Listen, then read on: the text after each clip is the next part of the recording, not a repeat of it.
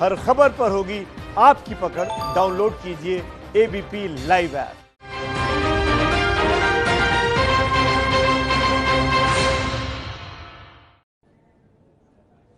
तो भारत की बात में बात कोरोना काल में भारत में आई नई आफत तूफान उम्फुन की करेंगे, क्योंकि वो कोई छोटा मोटा तूफान नहीं है, बल्कि साक्षात तबाही और तांडव का रूप है। तूफान पश्चिम बंगाल के तट से टकरा चुका है। हवा की रफ्तार 100 से 150 किलोमीटर के बीच बताई जा रही है। पश्चिम बंगाल में 5000 घरों को नुकसान हुआ है। खतरा बढ़ा है क्योंकि इस बार सिर्फ तटीय शहर नहीं बल्कि कोलकाता, हावड़ा जैसे बड़े शहरों पर भी संकट दिखाई दे रहा है। और फिर कोरोना के बीच सवाल यही कि 2020 साल है या फिर काल है।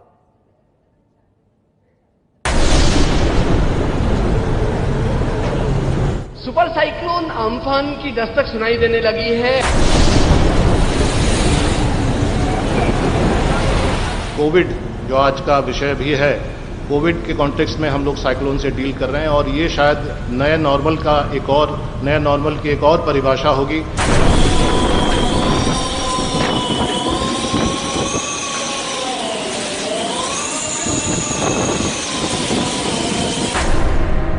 वहाँ सभी तरीके का डैमेज एग्रीकल्चर सेक्टर में, इंडस्ट्री सेक्टर में और हाउस हमारा जो डोमेस्टिक सोशियो इकोनॉमिक सेक्टर में होने का हम उम्मीद कर रहे हैं।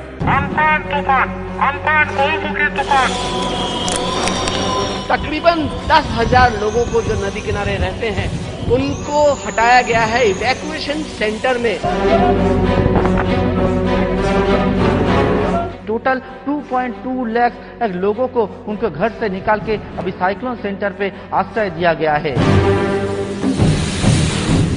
एक सुपर साइक्लोन जो समंदर से उठा और हिंदुस्तान की धरती को हिलाने के लिए तूफान की रफ्तार से सरजमीन से टकरा चुका है।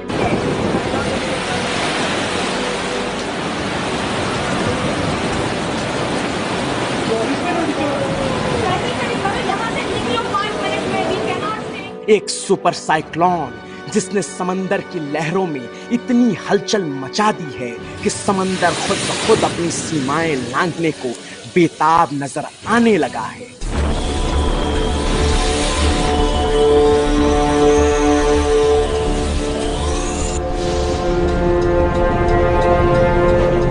एक सुपर साइक्लोन जिसमें जमीन का जर्रा जर्रा लाचार नजर आने लगा है।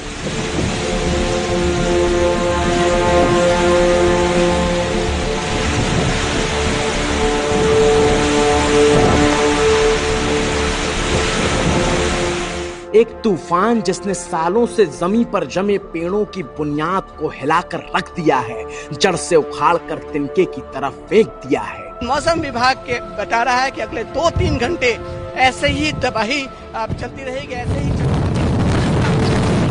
आप देखिए। एक तूफान जिसने अच्छे अच्छे मकानों और ऊंची ऊंची मीनारों को झकझोर कर रख दिया है। कच्चे और छोटे मकानों की तो खैर नहीं, उन पर यह तूफान कहर बनकर टूट पड़ा है।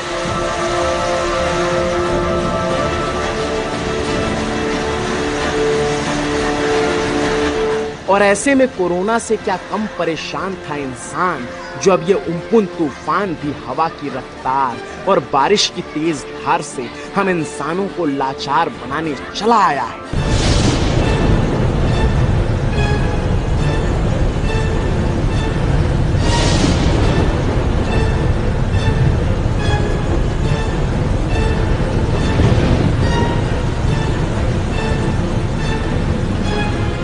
वहाँ सभी तरीके का डैमेज एग्रीकल्चर सेक्टर में, इंडस्ट्री सेक्टर में और हाउस हमारा जो डोमेस्टिक सोशियो इकोनॉमिक सेक्टर में होने का हम उम्मीद कर रहे हैं। कोविड जो आज का विषय भी है, कोविड के कॉन्टेक्स्ट में हम लोग साइक्लोन से डील कर रहे हैं और ये शायद नए नॉर्मल की एक और परिभाषा होगी। कोरोना के कहर के बीच समंदर के दिल में फिर से उठा है उफान। उड़ीसा और पश्चिम बंगाल से टकरा चुका है उम्पुन तूफान और देश के कई राज्यों में मुश्किल में है हजारों लोगों की जान। अम्फान तूफान, अम्फान बहुमुखी तूफान।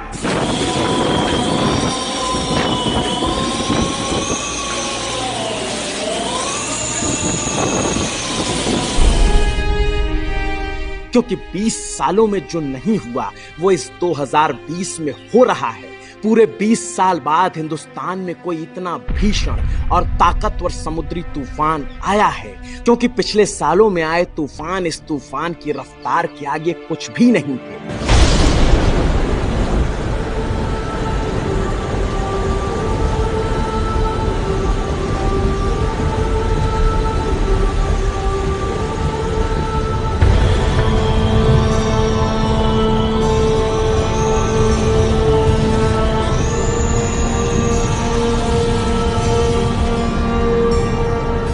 पर बंगाल की खाड़ी से उठा ये तूफान पूरे प्रचंड वेग से उस वक्त देश में दस्तक दे रहा है जब कोरोना का कहर पूरी रफ्तार में है।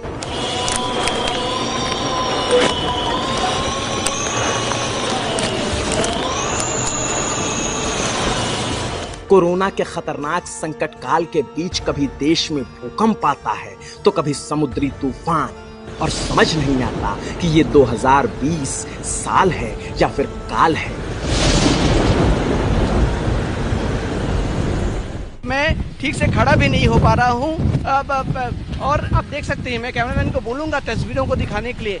सामने कुछ पेड़ हैं, आप देखिए ये मंजर जो है। और जगह जगह कोलकाता, दक्षिण 24 परगना, उत्तर 24 परगना और मिदनापुर, जगह जगह से कई मकानों के टूटने की खबरें आ रही है। जैसा मैंने आपको बताया, हावड़ा में 13 साल की एक बच्ची की दर्दनाक मौत हुई है।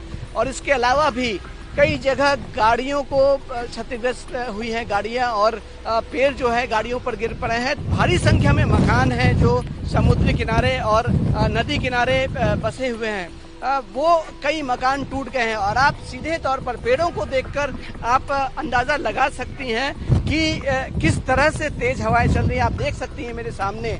और मैं जिस जगह पे खड़ा हूँ, खड़े होने में भी मुश्किल हो रही है। पैर जो हैं वो लड़खड़ा रहे हैं। तो कुल मिलाकर कैमरामैन भी काफी मुश्किल से इन तस्वीरों को आप तक पहुंचा रहा है। तो कुल मिलाकर जो आशंका पहले से ही जताई जा रही थी कि नुकसान होगा, तबाही होगी, वैसा ही कुछ तस्वीर अब सामने आ रही है। मौसम विभाग के बता रहा है कि अगले 2-3 घंटे ऐसे ही तबाही चलती रहेगी, ऐसे ही आप देखिए, आप इसको सहज ही अंदाजा लगा सकती। पश्चिम बंगाल के पाराद्वीप, दीघा और ओडिशा के तटीय इलाकों से लाखों लोगों को निकाला जा चुका है, सुरक्षित स्थानों पर पहुंचाया जा चुका है। लेकिन जिस तेजी से सब कुछ रौंदते हुए उम्पुन तूफान आगे बढ़ रहा है, उसके आगे कुछ भी सुरक्षित नजर नहीं आता है। कोई भी उसके आगे टिक नहीं पाता है, क्योंकि दोपहर के करीब 2:30 बजे उम्पुन तूफान का लैंडफॉल होना पश्चिम बंगाल के सुंदरवन, दीघा और हटिया के तटों पर शुरू हुआ। ओडिशा में भी सुबह तगड़ा असर दिखने लगा। तूफान के तट पर पहुंचते ही सबसे पहले ऊंची ऊंची लहरें उठना शुरू हो गई और समंदर की दहलीज को लांघने के साथ ही उम्पुन ने तेज हवाओं के दम पर ओडिशा और पश्चिम बंगाल में बड़े बड़े पेड़ों की लाशें बिछाना शुरू कर दिया, मकानों के छप्परों को उड़ाना शुरू कर दिया। सीधे शब्दों में कहें तो उसके रास्ते में जो भी आया वो तूफान सबको रौंदते हुए आगे बढ़ता चला गया।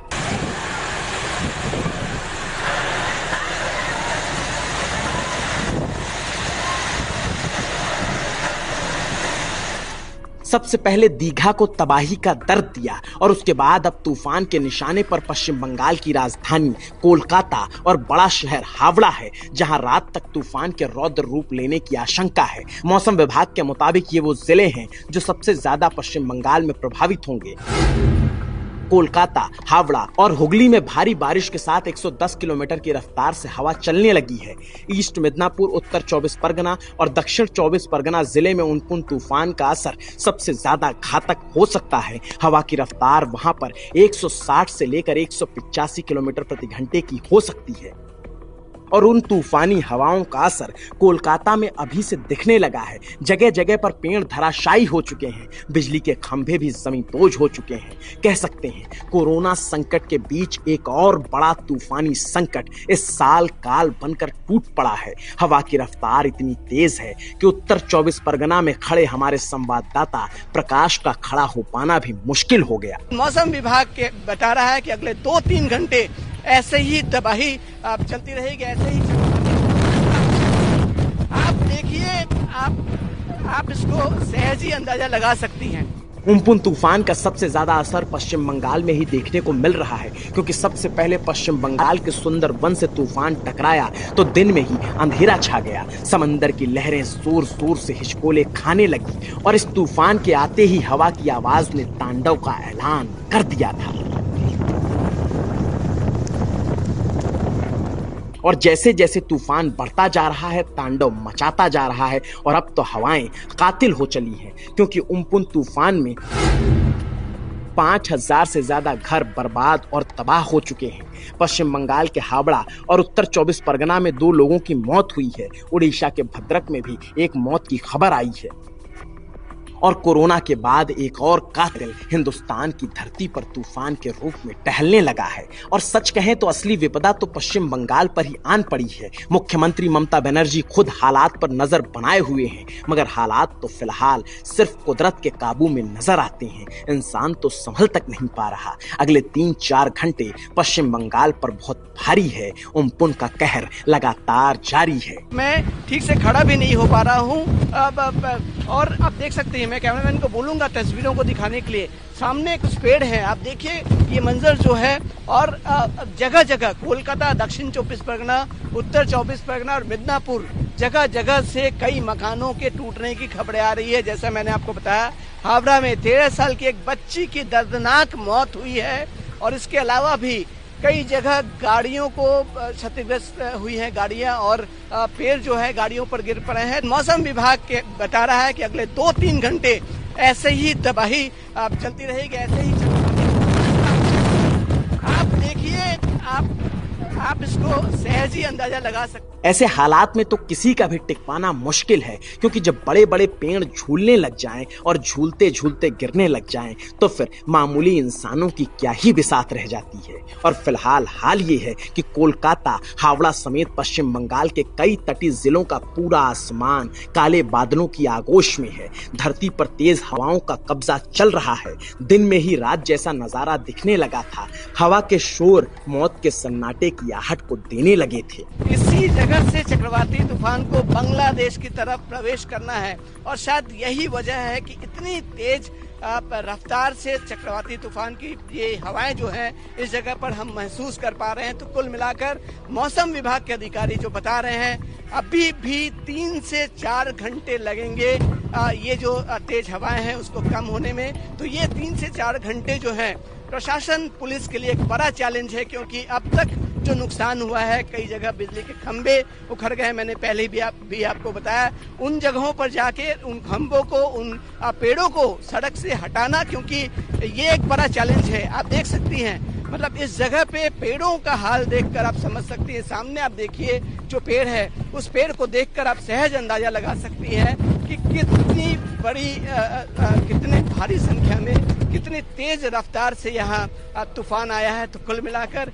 ये तस्वीरें हम एबीपी के दर्शकों तक पहुंचा रहे हैं। और ऐसी तस्वीरें देख रोंगटे तो खड़े हो ही जाते हैं, मगर मन में सवाल उठता है कि कोरोना ने हमको क्या कम परेशान किया था, जो ये तूफान भी ना जाने क्यों चला आया, जिसकी वजह से पश्चिम बंगाल से लेकर दिल्ली तक हर कोई सकते में है, हैरान है, परेशान है। वहाँ सभी तरीके का डैमेज एग्रीकल्चर सेक्टर में, इंडस्ट्री सेक्टर में और हाउस हमारा जो डोमेस्टिक सोशियो इकोनॉमिक सेक्टर में होने का हम उम्मीद कर रहे हैं।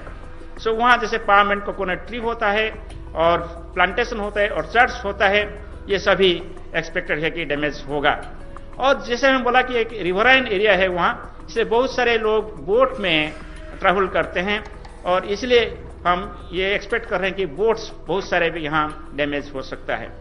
मौसम विभाग लगातार सावधान कर रहा है, तो एनडीआरएफ की टीम प्रभावित इलाकों में मोर्चा संभाल चुकी है, इंसानों की जान जो बचानी है। कोविड जो आज का विषय भी है, कोविड के कॉन्टेक्स्ट में हम लोग साइक्लोन से डील कर रहे हैं और ये शायद नए नॉर्मल की एक और परिभाषा होगी आने वाले कई दिनों तक, कि जो भी डिजास्टर होंगे, जो आपदाएं होंगी, नेचुरल डिजास्टर्स, वो कोविड के कॉन्टेक्स्ट में होंगी, चाहे वो साइक्लोन हो या आने वाले सिचुएशन में मानसून में फ्लड का सिचुएशन हो।